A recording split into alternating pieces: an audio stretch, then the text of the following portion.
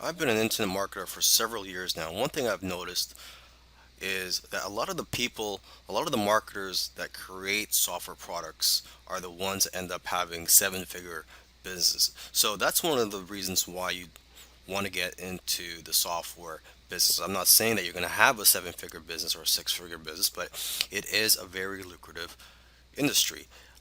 Software products, they have a higher perceived value than all other forms of digital products such as ebooks, video courses, audiobooks, etc.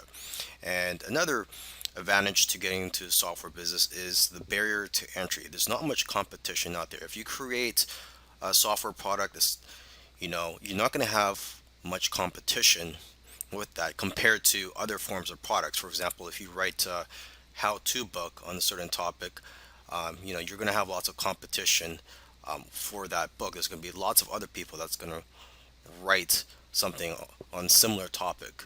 Okay. Now, this course will cover the following topics. It's going to cover how to come up with ideas for your software product, how to come up with the features to include in your software product, how to find software programmers to create your software product, and how to manage your project. Coming up with ideas for your software. So before you create a software product, you need to know what it's going to bring to the table. You need to know what problems it's going to solve, because that's what what software tools do, is that they solve problems or potential problems. Okay, so first let's start with ourselves. Okay, do you have a problem in your business or personal life that can be solved with a software tool? Because let's face it, if you have a problem, I'm pretty sure there's going to be other people out there with similar problems as you. Okay, so your problem is not unique to yourself. You must also know your target audience that you plan to sell your software to. So basically, it comes down to two things. Okay, consumers have a particular problem that needs to be solved, and two, they are looking for something that will make their life easier. Okay, you can also look at social media, forums, and your customer base to get an idea of what types of problems your customers or potential customers have and what they're willing to pay for. Because most of the time, people will tell you what they want, and if you give it to them, they will buy it. Okay, and oftentimes it's simply a matter of taking something that already exists and making it better, or expanding on the current software. So you got to ask yourself, what software out there has room for improvement? Okay, and you got to remember this: it's not about just creating and selling software products. There's a lot of money to be made in selling software products. Don't get me wrong, but it's also about knowing what software products to create. So that's why it's important to know your target audience and know what it's like to be in their shoes. All right, so let's talk about coming up with a list of features and details of what your software is going to include. Okay, you got to remember to keep it simple though, because it's not about how many fancy features and buttons that your software has. It's about how the software can benefit the user. Okay, because sometimes it's the most simple software that can become a best selling product. Okay, but before you can approach a software developer, you must have a list of features and details about the software product you plan to create. Okay, so to get ideas, you can look at other software products in a similar industry. And also, what you can do is go to a website called hotscripts.com. And this site includes programs and scripts in every popular programming language. So this is a great way for you to get familiar with the different types of software out there. And you could also read the reviews for the various software products on that site. And basically, the more knowledge that you have, the better the software you can have developed. Now let's talk about finding software programmers for your project. Now there are various sites that you can go to find programmers where they will bid on your projects, and you can select the programmers based on the best price.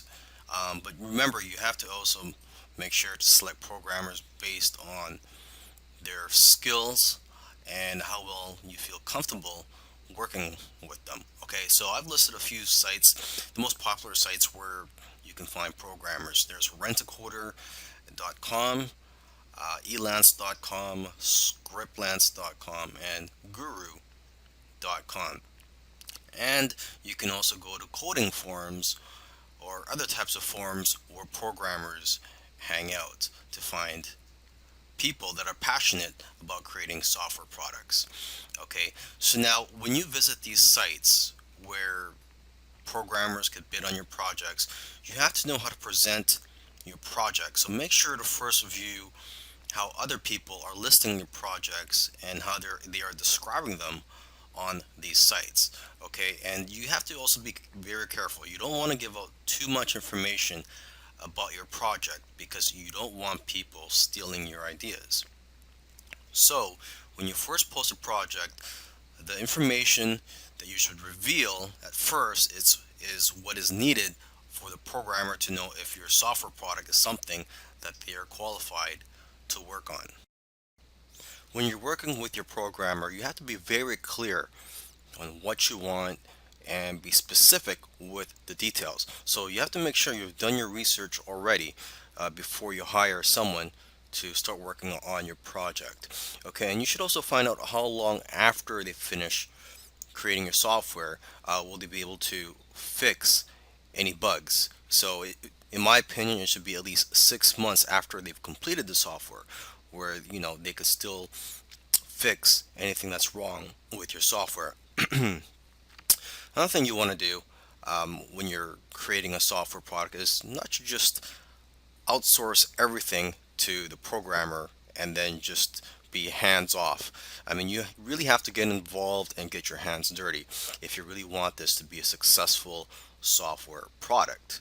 Okay, and instead of just tell them to just create your software product, you should break it down into smaller tasks so that it's easier to work on, and it'll be better for you to basically monitor the progress of your software product. Okay, so for example, you can have weekly or bi-weekly tasks or goals for them to complete to make it easier for you to manage this project. Okay, and you could also encourage your programmers or coders by giving them bonuses for doing well on some of the tasks that you give them. Okay, and you also want to let your programmers know ahead of time what your budget is so they know what to expect. And so with that being said, you shouldn't pay by the hour because it's hard to track the actual hours that they work, and that only encourages people to take their time on your project.